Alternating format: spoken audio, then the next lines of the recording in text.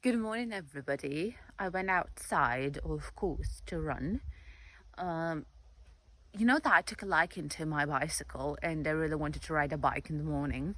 But the whole night we had rain, and as the result, the road is just smashed. And obviously, I won't be able to do that. So the only thing I do is running, and I really want to follow some of your advice in order not to feel so tired after the running. And I think that I will take a couple of pauses where I'm just walking fast and then resume running. That is what I'm talking about, that the road is going to be pretty nasty today. So I won't be able, to run further. It's so nice that we had rain. I was really happy. That's why I couldn't sleep at all. I woke up at 3 a.m. in order to, put all of the buckets in order to collect rainwater. We rely on rainwater too. And after the rain, I'm going to water the polytunnel because I think that the last time I watered it was 3 days ago. And thanks God, I don't have to pump the water from the well. I have it ready for me because of the rain. To show you something, an idea I wanted to have in spring, I think it starts working out. Here, no offense, I planted some climbers and I wanted to have this picture with this really gorgeous blossom, and look at that, so nice. But the hydrangea basically missed this year. It wasn't blooming, only the small ones were blooming, and it is the first year ever when it didn't bloom. I don't know what is wrong with it, but the green part is superb. And every morning when I get out, I see this beauty. It was a really nice idea. All right, I've done this.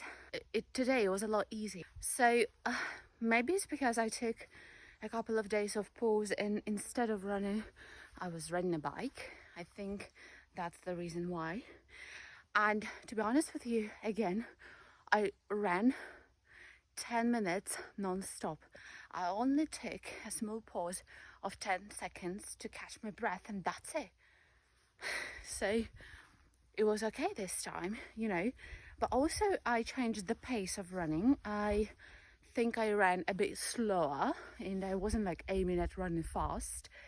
And also there is a very interesting thing happening at the very end of my running, is that my legs are itching. I haven't had this before.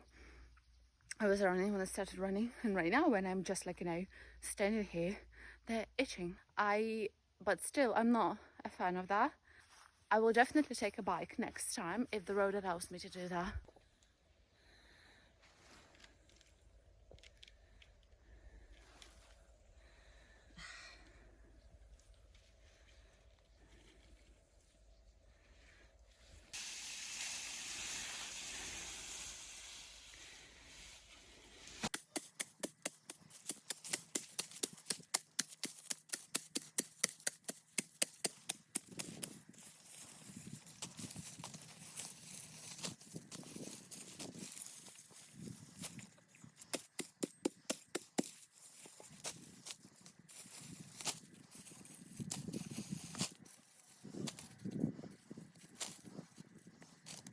I'm going to go there because we have a wild growing plum there, and I suppose I may find some plums. But what I need to do is actually to cross this crazy field.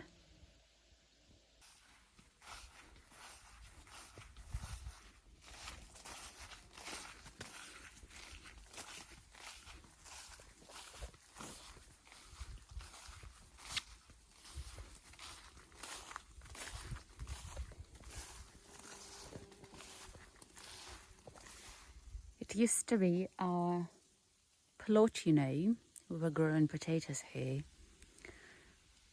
Yeah, we had potatoes in enormous amounts before. Also, this part is taken by one of our neighbors who cuts the grass here because he keeps animals like horses and cows.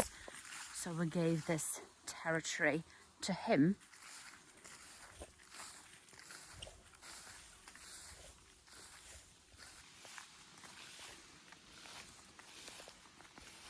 There are only a couple of plants here, and I was hoping to get a good harvest in a way. Yeah, it's really unfortunate. I wanted to taste plums because our plums are still pretty small and they give only like a couple of plums.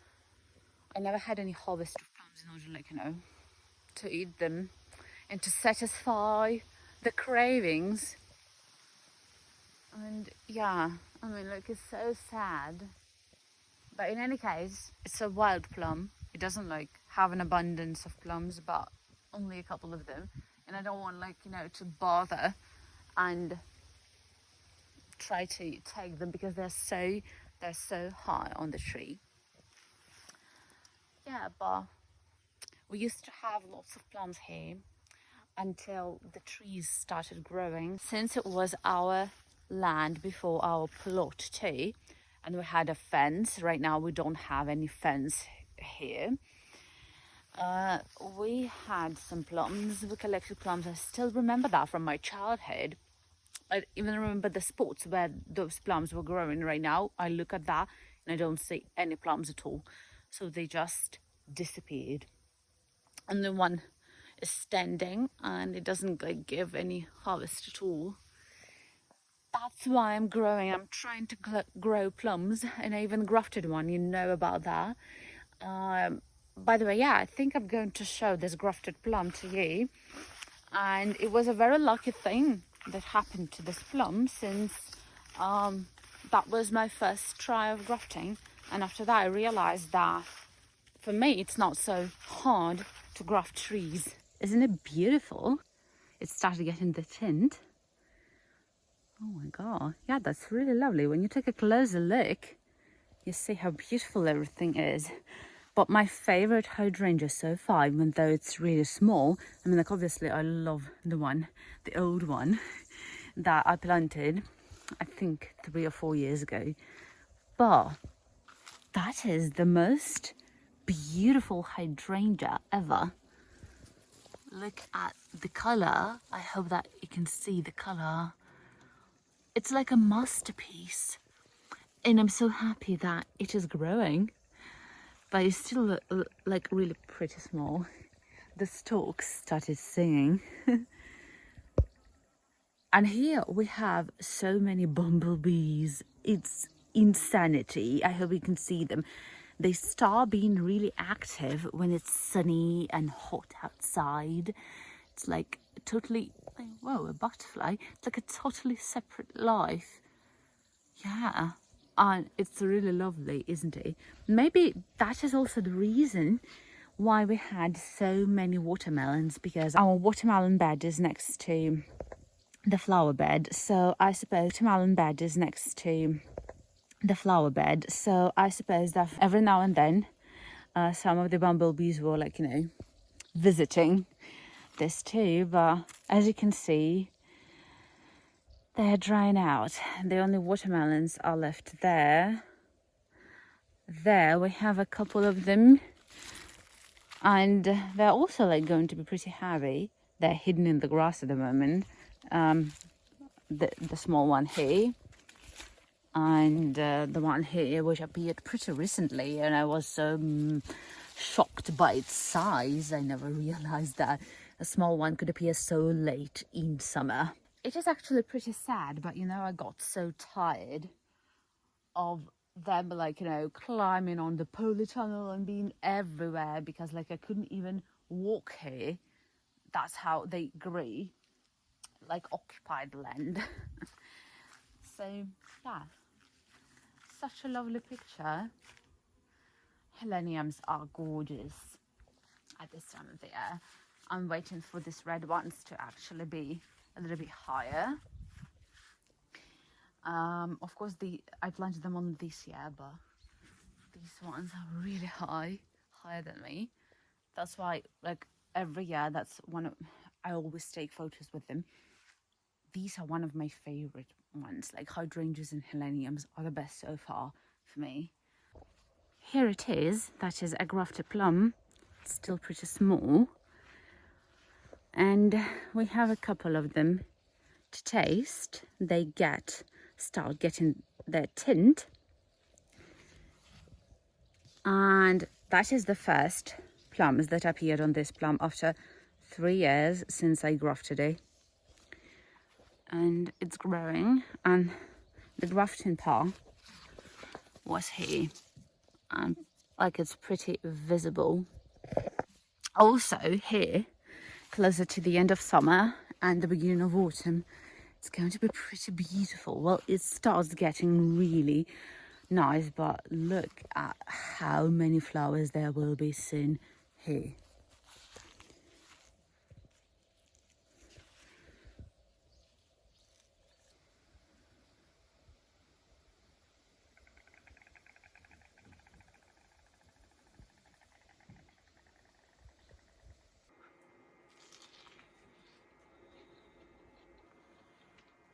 It's actually really sweet, so sugary. I think that is the sweetest corn I've ever tasted. Really nice.